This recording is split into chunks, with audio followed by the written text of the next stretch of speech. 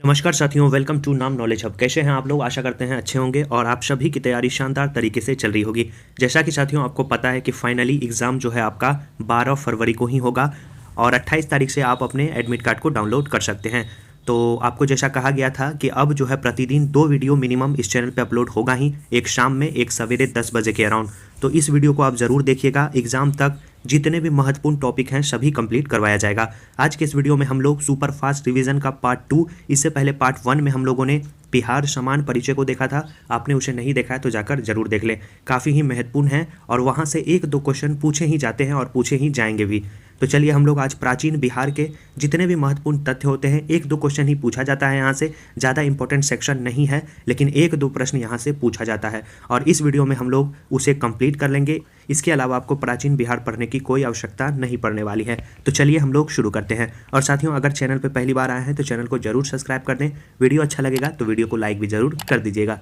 शुरू करते हैं। सबसे पहले बात करते हैं पुरापाषाण काल की।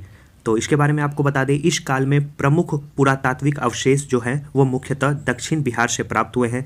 इसमें पत्थर के कुल्हाड़ी, चाकू, खुरचनी तथा खुरपी भी आती है। पूछा जाएगा कि पुरापाषाण काल में पुरातात्विक अवशेष जो है मुख्यतः बिहार के किस स्थान से प्राप्त हुए हैं? तो याद रखना है दक्षिणी बिहार से प्राप्त हुए हैं। यह अवशेष जो है मुख्यतः गया के जेठियन एवं पैमार घाटी से, मुंगेर के भीम बांध आपको पता ही होगा, और भागलपुर के राजपोखर, पश्चिम चंपारण के वाल्मीकि नगर तथा नालंदा के क्षेत्र से प्राप्त हुए हैं।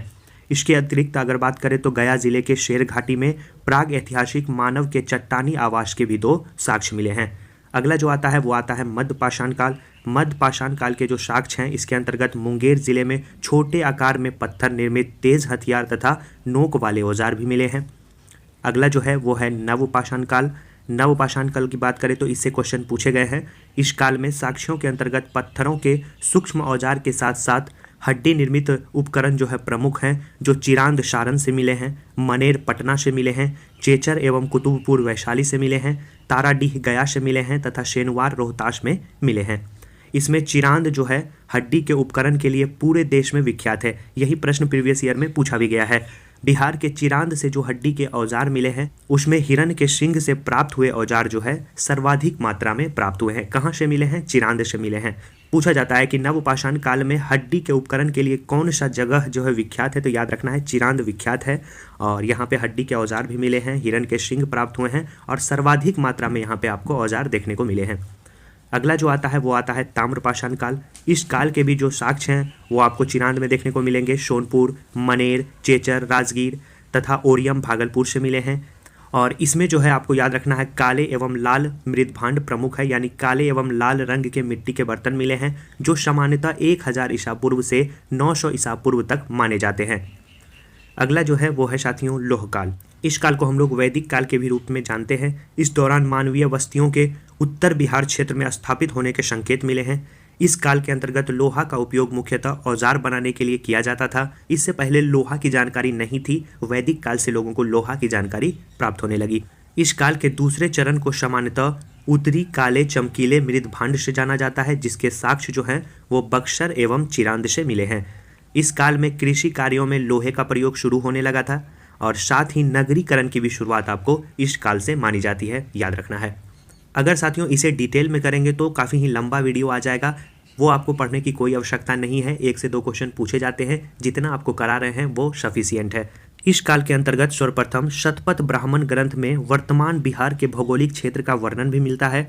इसमें विदेह जो वर्तमान में जिसे हम लोग तिरहुत क्षेत्र के नाम से जानते हैं, उन्हें जो है जनक यानी सम्राट बताया गया है इस काल में, वैदिक युग में। इसके अतिरिक्त इसमें विदेह माधव तथा उनके पुरोहित गौतम राहुगण एवं सदानीरा के रूप में वर्तमान गंडक नदी की चर्चा भी मिलती है। याद रखना है, पूछा जाता है कि सदानीरा के रूप में किस नदी को जाना जाता है? तो याद रखना है गंडक नदी को हम लोग सदानीरा के रूप में जानते हैं। शतपथ ब्राह्मण के अनुसार माधव विदेह को ही बिहार में आर्य संस्कृति का विस्तारकता माना जाता है। विदेह के राजा जनक के दरबार में शतपथ ब्राह्मण के जो रचयिता थे याज्ञवल्क्य तथा उनकी पत्नी मैत्री रहा करती थी। और एक बात आपको याद रखना है, मोस्ट इंपॉर्टेंट बात है, ऋग्वेद में बिहार के लिए कीकर शब्द का प्रयोग किया गया है। मोस्ट इंपॉर्टेंट पॉइंट है, पूछा जाएगा कि ऋग्वेद में बिहार को क्या कहा गया है? तो याद रखना है कीकर शब्द का प्रयोग किया है। और यहाँ का शासक प्रेमगंध को बताया गया है। इसके अतिरिक्त अथर्ववेद में अंग एवं मगध क्षेत्र का भी उल्लेख मिलता है, जबकि यजुर्वेद में विदेह राज्य का उल्लेख मिलता है। महर्षि वाल्मीकि द्वारा रचित वाल्मीकि रामायण के अंतर्गत वर्तमान बक्सर क्षेत्र के लिए मलद एवं करुणा शब्द का उल्लेख मिलता है। इसके अतिरिक्त इसमें इस क्षेत्र को राक्षसी ताडिका का वास क्षेत्र भी बताया जाता है। अगले जो पॉइंट में कहा गया है कि वायु पुराण और पद्म पुराण में राजगिरी, गया तथा पुनपुन को पवित्र स्थान बताया गया है। हालांकि कुछ क्षेत्र में असुरों के राज होने का भी उल्लेख मिलता है। ये थे आपको वैदिक युग में बिहार की क्या स्थिति थी, तो उससे संबंधित तथ्य ये आपको याद रखना है, काफ़ी इंपॉर्टेंट है। अब बात करते हैं हम लोग महाजनपद। महाजनपद के बारे में आपको पता ही होगा, लगभग 600 ईसा पूर्व के समय को महाजनपद काल के रूप में हम लोग जानते हैं। बौद्ध जो साहित्य है अंगुत्तर निकाय तथा जैन साहित्य भगवती सूत्र के अनुसार इस काल के 16 महाजनपद में 3 महाजनपद जो थे वो बिहार में स्थित थे।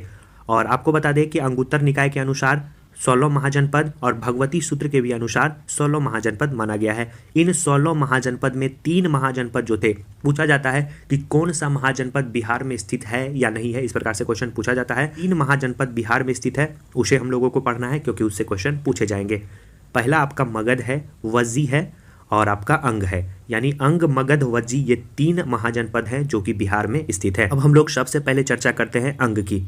सर्वप्रथम जो है अथर्ववेद में अंग महाजनपद का उल्लेख मिलता है, जिसकी राजधानी चंपा है। अष्टाध्यायी, जिसके रचयिता पाणिनि है, के अंतर्गत अंग के लिए वांग, कलिंग तथा पुंड्रू आदि उपनाम का प्रयोग किया गया है। यह वर्तमान बिहार के मुंगेर तथा भागलपुर जिले में विस्तृत था। मालिनी इसकी प्रारंभिक राजधानी हुआ करती थी। पूछा जाता है कि मालिनी किस महाजनपद की प्राचीन राजधानी हुआ करती थी, तो याद रखना है अंग की। कालांतर में जो है इसकी राजधानी चंपा बनी। चंपा को हेनस्वांग ने चेनापो कहा है, याद रखना है। किसने? हेनस्वांग ने चेनापो कहा है, किसे? चंपा को। इस राज्य का पहला आर्य राजा तितुक्षी था, जबकि अंतिम आर्य राजा कर्ण को माना जाता है। अंग राज्य के राजा दधिवाहन की पुत्री चंदना जैन धर्म को स्वीकार करने वाली पहली महिला बताई जाती है। अंग राज्य के अंतिम राजा ब्रह्मदत्त के शासनकाल में ही बिंबिसार ने इस पर आक्रमण करके इस क्षेत्र को अपने क्षेत्र में शामिल कर लिया था। अब जो मोस्ट इंपॉर्टेंट है वो है वज्जी। वर्तमान में जो है महाजनपद वज्जी बिहार के मुजफ्फरपुर, चंपारण, दरभंगा एवं सारण क्षेत्र में सम्मिलित था। इसके अतिरिक्त इसकी सीमाएं नेपाल के तराई तक फैली हुई थी। इसकी राजधानी जो थी वो वैशाली थी। इस महाजनपद का सबसे प्रमुख सदस्य जो था वो लिच्छवी गणराज था, जहाँ के जो शासक थे वो क्या थे? क्षत्रिय थे। कौटिल्य की जो पुस्तक है अर्थशास्त्र, उसमें लिच्छवी के लिए याद रखना है आपको शब्दोपजीवी संघ शब्द का प्रयोग किया गया है। मोस्ट इंपोर्टेंट क्वेश्चन है, कौटिल्य के अर्थशास्त्र में लिच्छवी के लिए कौन से शब्द का प्रयोग किया गया है, तो याद रखना है राज शब्दोपजीवी शब्द का प्रयोग किया गया है। वज्जी महाजनपद के प्रमुख चेटक की पुत्री का विवाह मगध के राजा अजातशत्रु से हुआ था। मगध नरेश अजातशत्रु ने वज्जी महाजनपद को अपने साम्राज्य में मिला लिया था। अब जो मोस्ट इंपॉर्टेंट है वो है मगध। अगर महाजनपद से क्वेश्चन पूछा जाता है तो सबसे ज़्यादा चांस रहता है कि आपका मगध महाजनपद से क्वेश्चन पूछा जाए। पिछले बार भी पूछा गया था और इस बार भी पूछा जाएगा। सबसे पहला जो वंश आता है वो आता है हर्यक वंश। हर्यक वंश का जो संस्थापक है वो बिंबिसार को माना जाता है और इसके बारे में कहा जाता है कि इसने सबसे पहले जो है अस्थाई सेना रखी थी, और अस्थाई नहीं होगा, अस्थाई सेना रखा था और इसने अपनी राजधानी राजगिरी को बनाया था। और इसी के दरबार में याद रखना है आपको राजगीर के जो वास्तुकार है महागोविंद वो रहा करते थे। इन्हें श्रेणिक यानी सेना रखने वाला कहा गया है। इसने अपनी स्थिति जो थी वो वैवाहिक संबंधों से मजबूत की थी और इसी के दरबार में जीवक राजवैद रहते थे। ये आपका क्वेश्चन 67 बीपीएससी में पूछा गया है, हमारे द्वारा करवाया भी गया था और नोट्स में भी आपको दिया गया है। इसके बाद जो शासक बना अजातशत्रु, इसने अपने पिता की हत्या कर शासक बना। अजातशत्रु ने, पूछा जाता है, वैशाली के युद्ध में रथमूसल और महाशिला कंटक का प्रयोग किया था। इसी के समय गौतम बुद्ध और महावीर की मृत्यु भी हुई थी। और इसके बाद जो शासक आते हैं वो आते हैं उदयन। उदयन ने पाटलिपुत्र शहर की स्थापना की तथा राजधानी जो है राजगीर से पाटलिपुत्र को बनाया था। पूछा जाता है किस शासक ने राजगीर से राजधानी पाटलिपुत्र को बनाया था, तो याद रखना है उदयन। तो हर्यक वंश से संबंधित ये तथा आप याद रखेंगे। इसके बाद जो आता है वंश वो है शिशुनाग वंश। शिशुनाग वंश ने हर्यक वंश के जो अंतिम शासक थे नागदशक, उसकी हत्या कर इस वंश की स्थापना की थी और इसने वैशाली को अपना राजधानी बनाया था। कालाशोक इसके बाद जो शासक हुए उन्होंने अपनी राजधानी वैशाली से फिर पाटलिपुत्र को बनाया।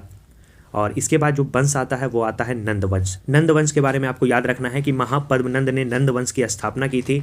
इसने नंदीवर्धन की हत्या कर इस वंश का शासक बना था और इसने कलिंग को भी विजय किया था। घनानंद इस वंश का सबसे प्रतापी राजा माना जाता है, शासक माना जाता है और अंतिम शासक भी इस वंश का माना जाता है। और इसका जो मुख्य सेनापति था वो भद्रसार था। सिकंदर जो है इसके समकालीन था। सिकंदर के आक्रमण के समय जो है नंद वंश का यानी घनानंद का शासन हुआ करता था। और पूछा जाता है कि सिकंदर का जो आक्रमण है वो कब हुआ था। भारत में 326 ईसा पूर्व में जो है सिकंदर का आक्रमण हुआ था। तो नंद वंश से संबंधित ये तथ्य आप याद रखेंगे। अगला जो वंश है वो है मौर्य वंश। तो मौर्य वंश के बारे में हम लोग चर्चा करेंगे। तो मौर्य वंश के जो संस्थापक हैं वो चंद्रगुप्त मौर्य माने जाते हैं और इन्होंने जो है नंद वंश के अंतिम शासक घनानंद को हराकर अपनी शासन को स्थापित किया था। इस कार्य में इनका जो साथ है वो चाणक्य यानी विष्णुगुप्त, जिसे हम लोग कौटिल्य के भी नाम से जानते हैं, उन्होंने इसे सहयोग किया था। कौटिल्य ने अर्थशास्त्र नामक पुस्तक की रचना की है जिसमें 15 अधिकरण, 180 प्रकरण तथा श्लोकों की संख्या की बात करें तो लगभग 4000 इसमें श्लोक हैं। चंद्रगुप्त मौर्य ने यूनानी सेनानायक सेल्यूकस निकेटर को युद्ध में पराजित किया था और दोनों के बीच संधि हुई थी। इस संधि के तहत चंद्रगुप्त ने सेल्यूकस को 500 हाथी उपहार में दिए थे। सेल्यूकस ने चंद्रगुप्त को काबुल, कंधार, हिरात और मकरान का क्षेत्र दिया था और यूनानी राजकुमारी से इनका विवाह करवाया था। सेल्यूकस ने मेगास्थनीज को चंद्रगुप्त के दरबार में भेजा था। मेगास्थनीज ने यहाँ पे इंडिका नामक पुस्तक की रचना भी की थी। इसमें पाटलिपुत्र के नगर प्रशासन और सैन्य प्रशासन के बारे में चर्चा मिलती है। पूछा जाता है कि इंडिका पुस्तक में किसकी चर्चा मिलती है, तो याद रखेंगे। और इसी में पाटलिपुत्र को पोलीबोथरा कहा गया है। अगला जो पॉइंट है, चंद्रगुप्त के प्रशासन का पूर्ण विवरण कौटिल्य के अर्थशास्त्र में मिलता है जिसमें जो है 28 अध्यक्ष और 8 जो है तीर्थ की चर्चा मिलती है। चंद्रगुप्त मौर्य ने जैन धर्म को स्वीकार किया था और भद्रबाहु के साथ श्रवण बेलगोला चला गया। वहीं पे उसने जो है संलेखन विधि से अपने शरीर को त्याग कर दिया। और चंद्रगुप्त मौर्य के राजप्रसाद के जो अवशेष हैं वो पटना के पास कुम्हरार में मिलते हैं। इसे खोजने का श्रेय स्पूनर नामक व्यक्ति को जाता है। यूनानी चंद्रगुप्त को सेंड्रोकोटस कहा करता था। तो चंद्रगुप्त मौर्य से संबंधित ये तथ्य है जो मोस्ट इंपॉर्टेंट है, उसे ही लिखा गया है, तो इसे आप जरूर याद कर ले। अगला जो है वो है बिंदुसार। बिंदुसार की बात करें तो इनका जो अन्य नाम है वो अमित्रोचेटस, ये यूनानी लोग इसे पुकारते थे। अमित्रघात संस्कृत में इन्हें जाना जाता है। एंटीयोकस प्रथम का राजदूत जो डायमेकस था, जो सीरिया का था, इसके दरबार में आया था। बिंदुसार एंटीयोकस प्रथम से मीठे शराब, सूखे अंजीर एवं एक ज्ञानी व्यक्ति की मांग की थी। ज्ञानी व्यक्ति नहीं दिया गया क्योंकि यह परंपरा में नहीं था, तो 2 चीज़ इसे भेजे गए, मीठा शराब और सूखा अंजीर। यूनानी शासक टॉलमी फिलाडेल्फस ने बिंदुसार के दरबार में डायनोसियस को नियुक्त किया था। बिंदुसार के दरबार में आजीवक संप्रदाय से संबंध पिंगलवत्स नामक जो है भविष्यवक्ता रहता था और इसी के समय जो है तक्षशिला में विद्रोह भी हुआ था। और बिंदुसार के बारे में पूछा जाता है तो इन्होंने आजीवक संप्रदाय को बाद में अपना लिया था। अगला जो पॉइंट है इसी के पुत्र के बारे में है, अशोक। और इसके बारे में आपको याद रखना है, इनका जो अन्य नाम है वो देवनाम प्रिय है, प्रियदर्शी है। दीपवंश महावंश के अनुसार जो है सत्ता प्राप्त करने के लिए अशोक ने 99 भाइयों को मार डाला। ये आपको दीपवंश महावंश के अनुसार बताया जाता है। इसमें कितनी सच्चाई है नहीं है ये किसी को भी पता नहीं है, लेकिन आपको याद रखना है।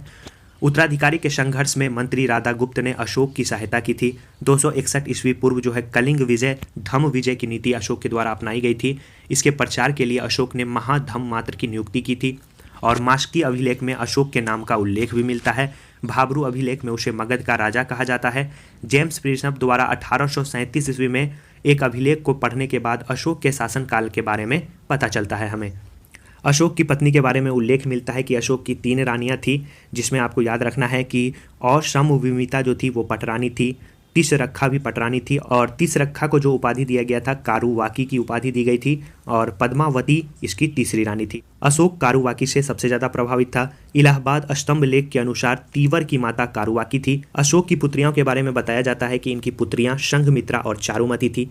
राज तरंगनी के अनुसार अशोक ने श्रीनगर शहर को बसाया था। क्वेश्चन पूछा जाता है, अशोक द्वारा 14 शिलालेख, 7 स्तंभ लेख और कई छोटे छोटे शिलालेख एवं स्तंभ लेख जारी किए गए थे और शिलालेख को स्थानीय एवं क्षेत्रीय भाषा में लिखा गया था। मुख्य रूप से प्राकृतिक भाषा एवं ब्राह्मी लिपि में पूर्वी भारत, खरोष्टी लिपि में पश्चिमी भारत एवं ग्रीक एवं अरमाई लिपि में सीमा प्रांत बिहार में अशोक के अभिलेख मिले हैं। अशोक के जो अभिलेख मिले हैं वो बराबर सहसाराम चंपारण से प्राप्त हुए हैं। अशोक अभिलेख जारी करने वाला पहला भारतीय शासक माना जाता है।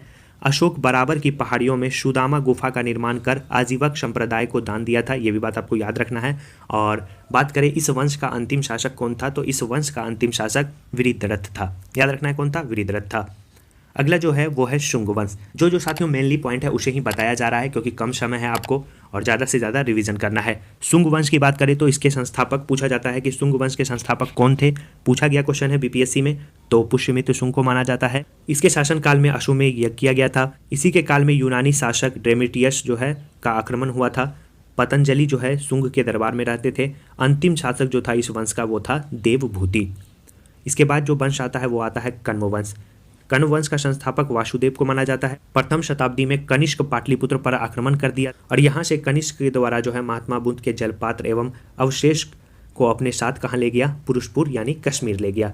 तो ये थे प्राचीन भारत से संबंधित तथ्य। अब साथियों हम लोग अंतिम में बौद्ध धर्म और जैन धर्म से संबंधित तथ्यों को देखते हैं, तो इसे भी क्यों छोड़ेंगे, इसे भी हम लोग कंप्लीट कर देंगे। ये साथियों फुल नोट्स हैं, नोट्स भी आपको इसी प्रकार का दिया गया है। अगर आपने नहीं लिया है तो जरूर ले लीजिएगा, अंत समय में आपके लिए काफ़ी ही मददगार सिद्ध होगा। डिस्प्ले पे शो हो रहा होगा अभी आपको कैसे लेना है, तो 8083 वाले पे आपको पेमेंट करना है, 75 पे स्क्रीनशॉट भेजना है। हिंदी इंग्लिश का अलग अलग प्राइस है, दोनों लेना चाहते हैं ले सकते हैं, एक लेना चाहते हैं ले सकते हैं, तो इसे लीजिए और अपनी तैयारी को अंत समय में मजबूत करिए।